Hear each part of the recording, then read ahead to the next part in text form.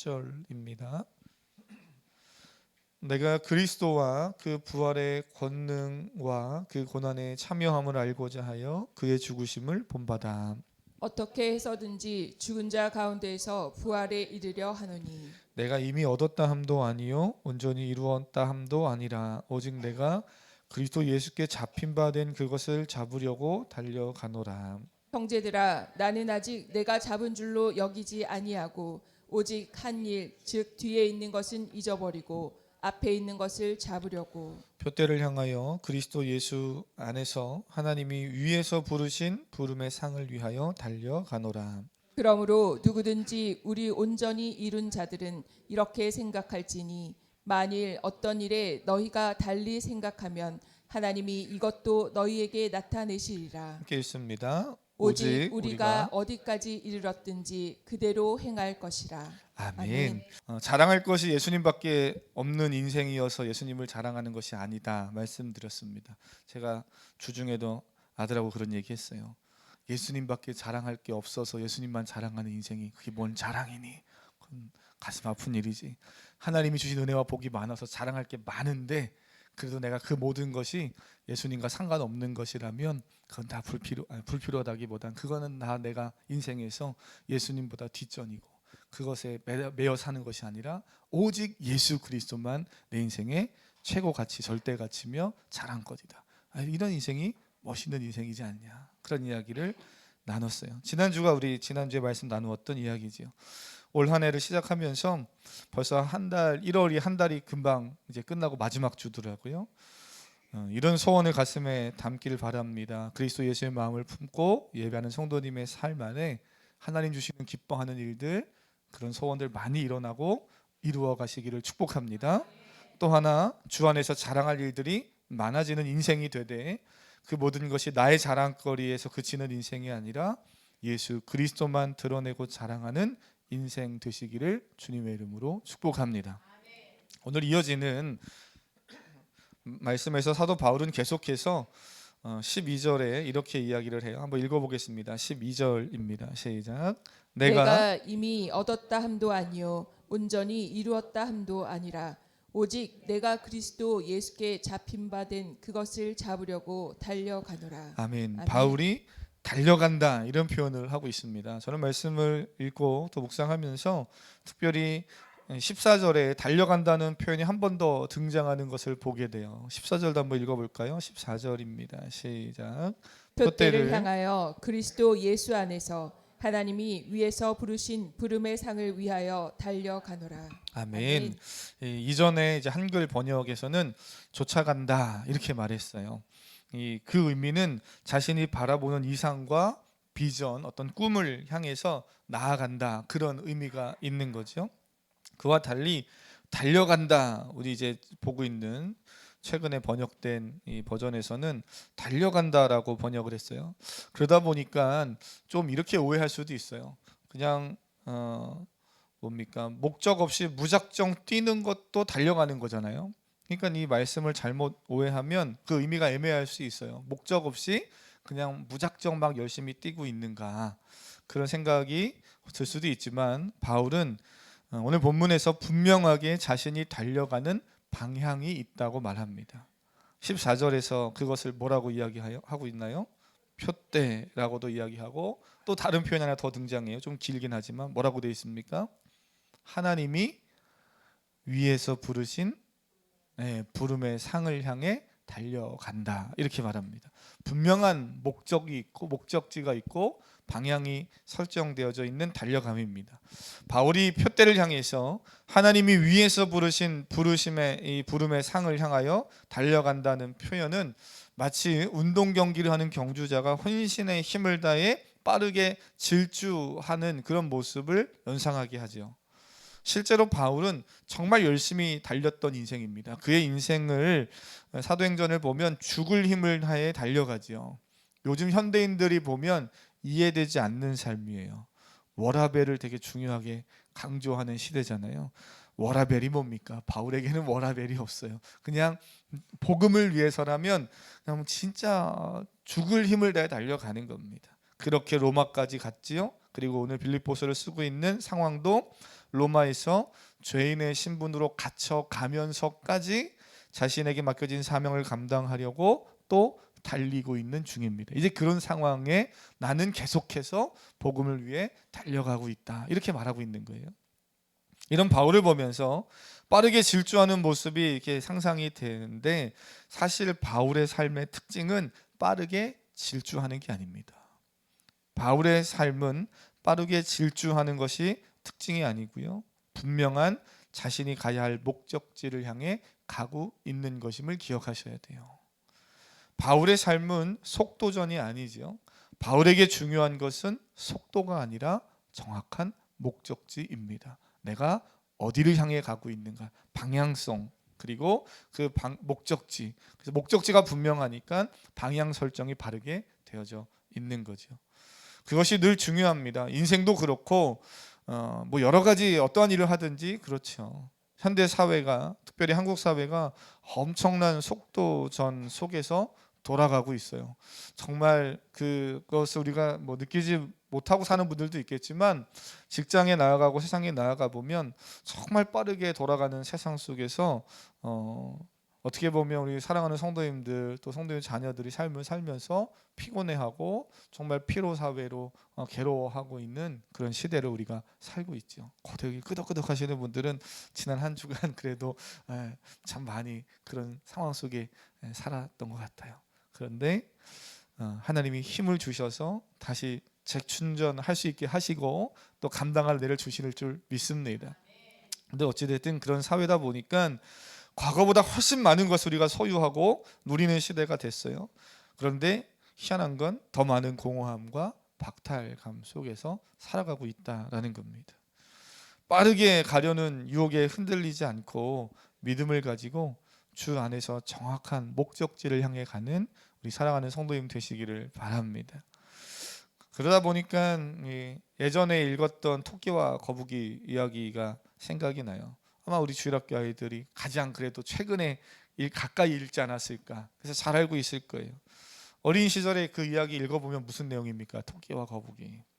토끼가 거북이와 이제 경주를 하는 거죠.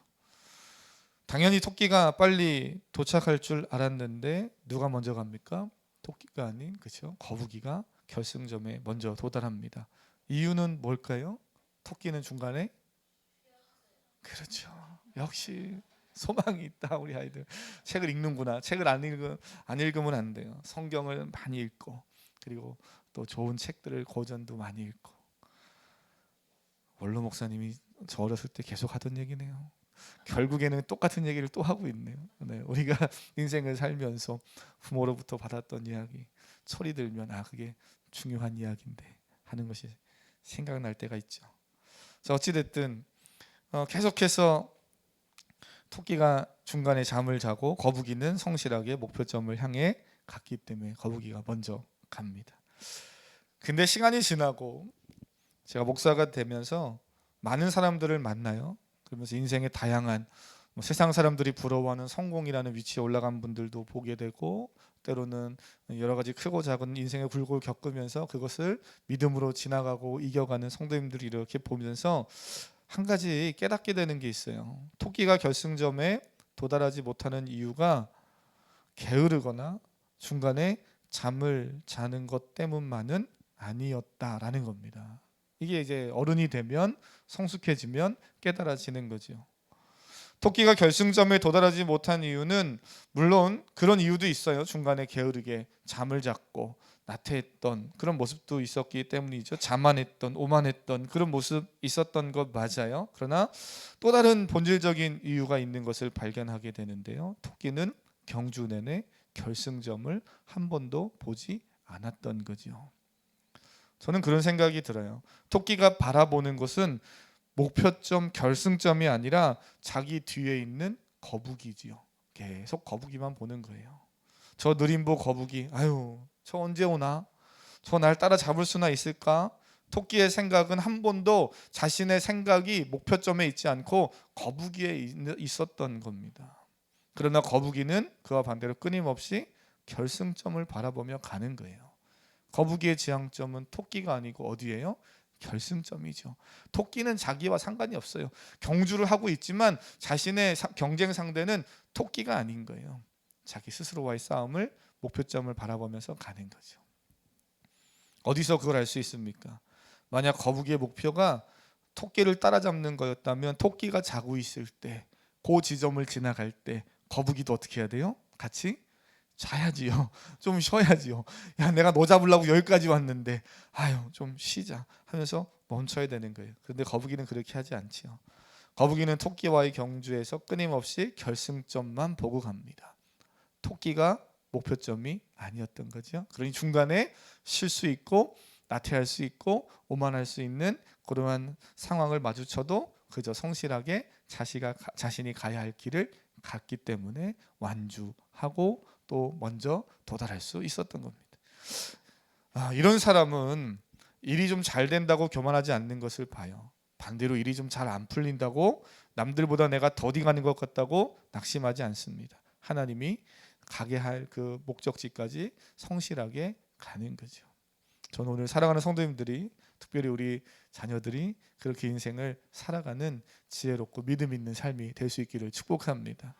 가끔 저에게 성도님들이 사업을 하다가 목사님 참 이렇게 잘 될 것 같은데 왜 이렇게 좀 더디 가는지 모르겠어요, 이렇게 얘기하시는 분들도 있고, 때로는 청년들 중에서는 직장에 취업해야 되는데 좀 더뎌서, 때로는 결혼을 해야 되는데 조금 더뎌서 자신의 고민들을 이야기할 때 있습니다. 아무나 만나서 그냥 결혼할까요? 이렇게 얘기하는, 가끔 농담처럼 얼마 답답하면 그렇게 얘기하는 사람도 많이 만나요. 제가 늘 해주는 얘기는 똑같습니다. 아무나 만나 되겠니? 평생을 살아가는 삶인데 하나님이 예비하신 귀한 사람을 하나님 만나게 하신 거야. 그러니 믿음으로 기도하면서 한 걸음 한 걸음 가면 좋겠다. 그 일만 그런 게 아니라 모든 삶이 다 그렇죠. 여러분의 인생은 그 인생의 목표점 어디에 있습니까? 나는 무엇을 위해 달려가야 행복하다고 생각하고 가치 있는 인생이라고 믿고 계십니까? 한번 생각해 보시면 좋겠어요. 옆 사람에게 한번 물어보세요. 당신의 인생의 행복은 어디에 있습니까? 네. 당황하시는군요. 인생의 행복점이 어디 있습니까? 바울이 오늘 10절과 11절에서 이렇게 이야기합니다. 한번 10절과 11절 읽어보겠습니다. 10절 11절 시작.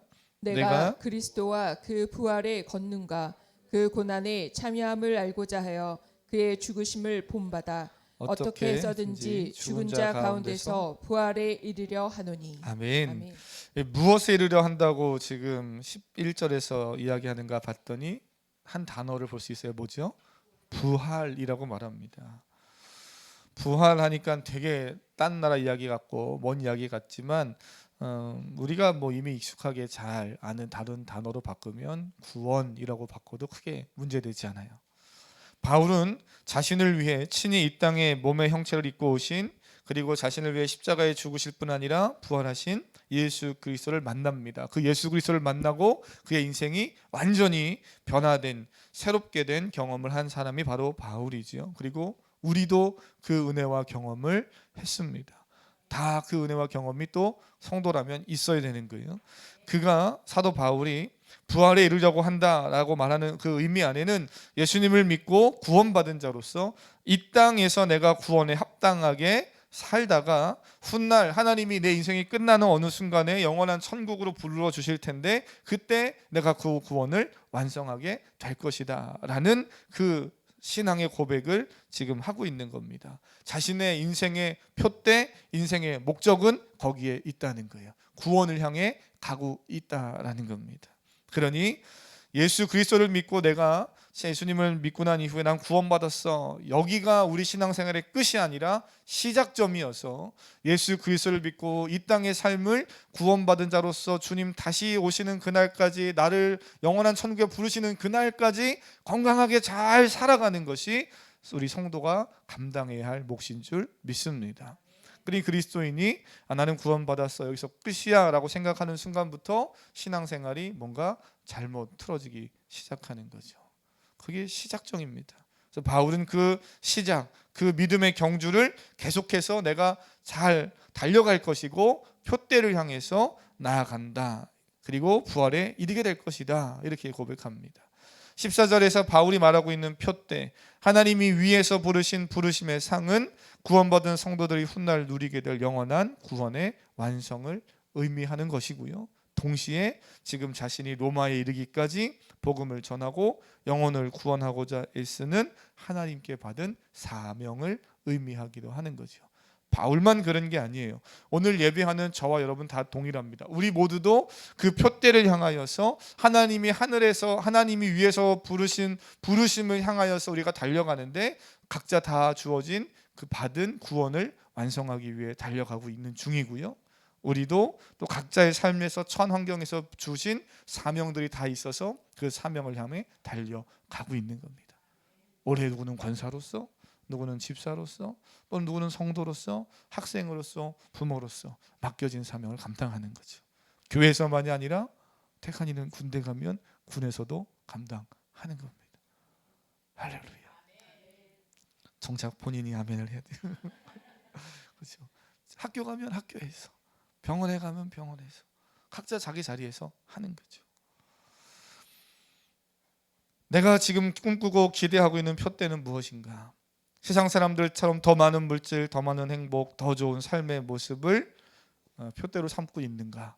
그게 불필요하다고 한 번도 이야기한 적 없습니다.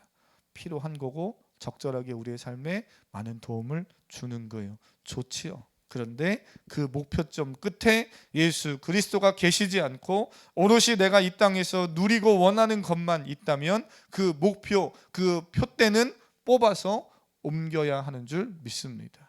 사랑하는 성도님, 그 표대가 지금 어디에 있습니까? 돈을 많이 버는 것에 있습니까? 그것을 꽂아서 예수 그리스도로 옮기는 사랑하는 성도님 되시기를 바랍니다. 누구는 그래서 선교하러 그 먼 타국 땅에 가기도 하죠.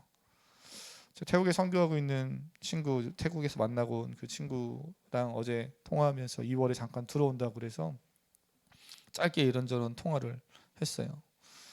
태국도 가고 싶고 인도네시아도 가고 싶고 필리핀도 코로나 전에 보냈던 우리의 이불과 물품이 다 어디가 있을지 가서 확인도 해야 되고 지금 갈 일이 너무 많은데 좋은 일이죠.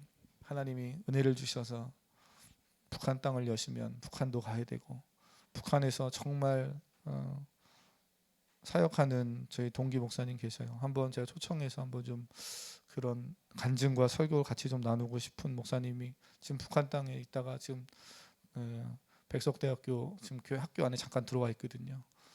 근데 그런 분들의 이야기를 들어보면 정말 삶의 목표를 거기에 두는 거죠.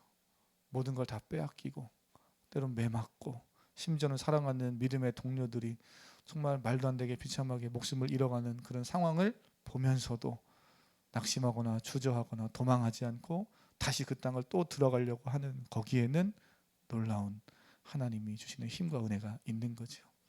태국에는 그 친구도 자기가 열심히 사명을 가지고 일을 했지만 막 화려하게 뭔가를 만들어내고 건물 크게 짓고 이런 거를 하는 이 친구는 그런 사역은 아니에요. 바울처럼 계속 세워놨지만 한국 선교사들이 또는 외국 선교사들이 세워놨지만 무너진 교회들 산속 곳곳 찾아다니면서 방방곡곡 그 태국 땅에 무너진 교회가 있으면 그 현지인들과 연계해서 교회를 세워주고 그리고 교회가 현지인 사역자를 통해서 잘 세워지면 자신은 또다시 빠져나오고 그렇게 20년 넘게 사역을 했는데 자신에게 남는 건 하나도 없어서 자신은 그것이 한 번도 불평하고 원망이 된 적은 없었는데 한국에서 자신을 바라보는 시선이나 누군가가 선교지에 방문하려고 오려고 하는 사람들이 볼 때 당신은 해놓은 게 하나도 없지 않습니까? 이 말을 들을 때 너무 마음이 아프다는 거예요. 여전히 그리스도인임에도 불구하고 우리의 시선은 그 사람이 얼마나 많은 걸 이루어냈고 얼마나 크고 화려한 걸 가지고 있느냐에 관심을 가지고 보니까 본인이 정말 많은 그래서 그 태국의 많은 그 교회들 어느 곳을 가든지 목사님 우리 교회 와서 설교해 주시고 또 함께 동역해 주십시오 하는 그런 좋은 믿음의 연결고리들이 잘 구축되어져 있음에도 불구하고 이거는 보이지 않는 거죠. 이 사람의 이름으로 뭘 가지고 있는가, 얼마나 큰 건물을 만들었는가, 여기에만 관심을 가지고 있다 보니까 어제는 각 친구다 보니까 그런 얘기를 해요. 가끔은 나도 건물을 하나 지을 걸, 그런 생각이 들더라는 거예요. 그게 인간의 어떻게 보면 또 연약한 모습이죠. 그래도 아니야, 너 잘하고 있는 거야, 한국 들어오면 함께 보자, 그런 모습들, 그런 선교사님들 가만히 보면 목표점이 분명한 거죠. 그래서 때로는 중간에 흔들릴 때 있고 마음이 무너지는 일을 만나도 계속 그 목표를 향해서 가는 겁니다. 여러분은 푯대가 어디 있습니까? 그 푯대를 혹시 잘못 꽂고 있다면 뽑아서 바르게 잘 세우시는 우리 사랑하는 성도님 될 수 있기를 바랍니다. 어디에요? 예수 그리스도에게. 하나님이 내게 주신 사명, 영원한 구원의 자리까지 가시기를 축복합니다. 그리스도인의 목표점은 예수 그리스도 안에서 세워져야 하는 거예요. 하나님이 위에서 부르신 부르심의 상을 향해 나아가는 성도는 세상에 스쳐가는 수많은 유한하고 가변적인 가치에 목적을 두지 않습니다. 우리는 영원하고 궁극적인 가치인 구원을 향해 나아가는 거죠. 우리가 지금까지 빌립보서 1장과 2장에 살펴봤던 말씀과 연결 지어보면 그리스도 복음에 합당하게 생활하다가 구원을 이루어 가는 겁니다.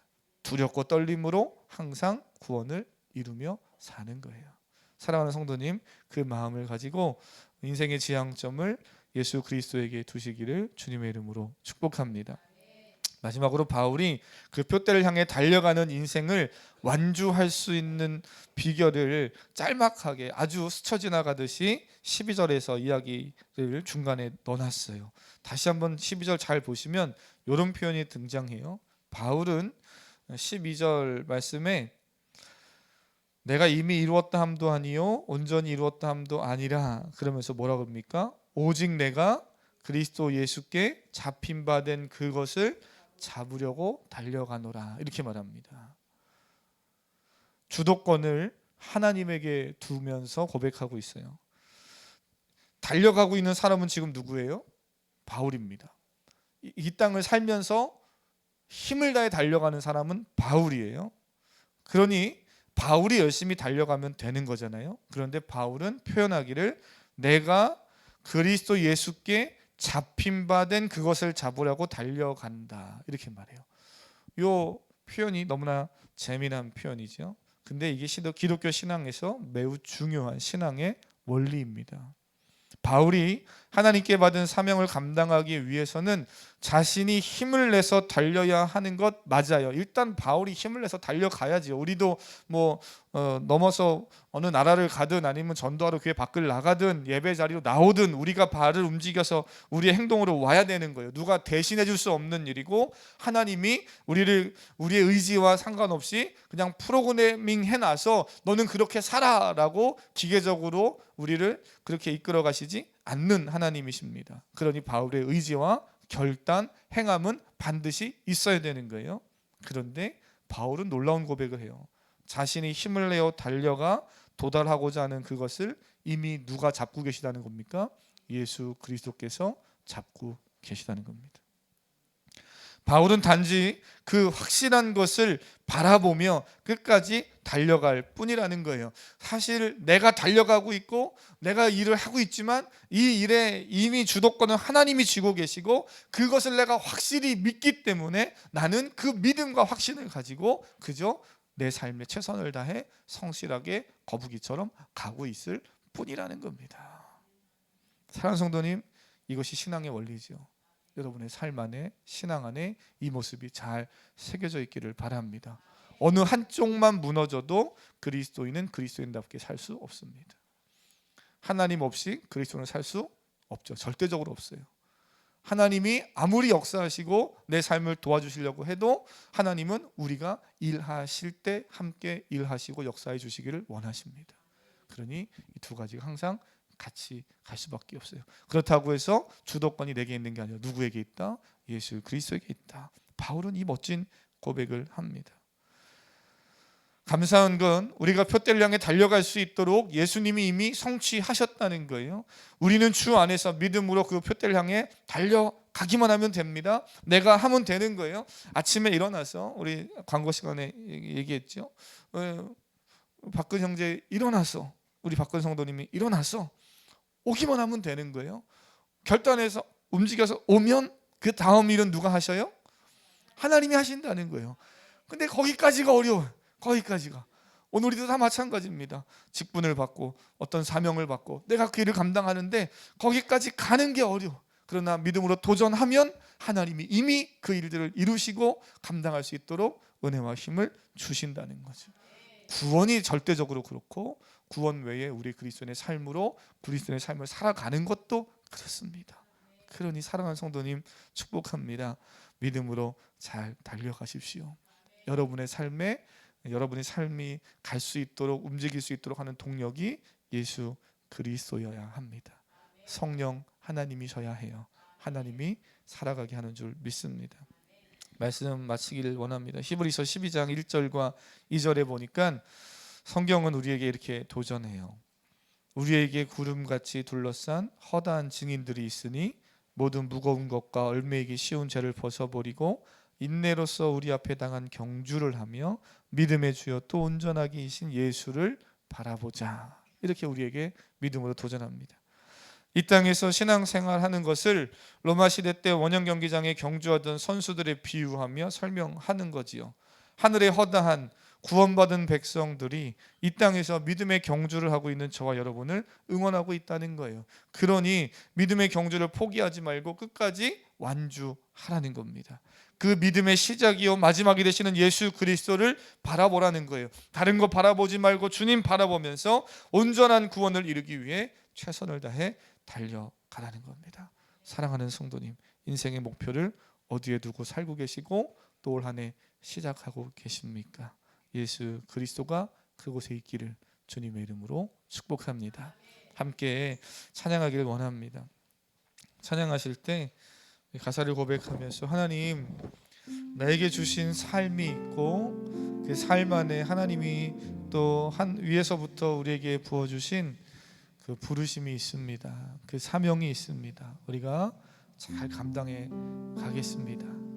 그런 마음과 결단을 가지고 이 찬양 고백 드리신 후에 말씀 붙잡고 함께 기도하길 원합니다. 나의 모습 나의 소유 주님 앞에 모두 드립니다. 모든 아픔 모든 기쁨 내 모든 눈물 받아주소서.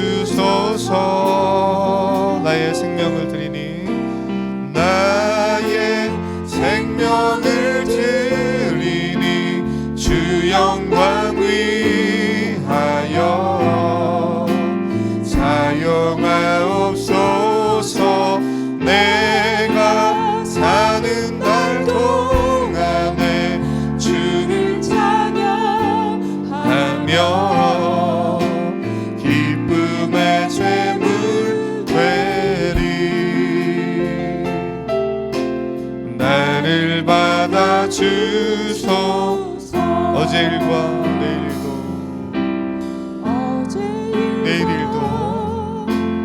내일 일도 꿈과 희망 모두 모든 소망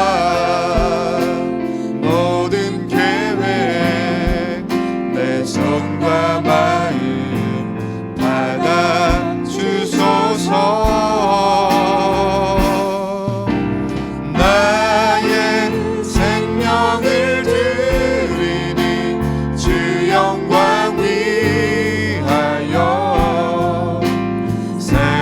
사용하옵소서.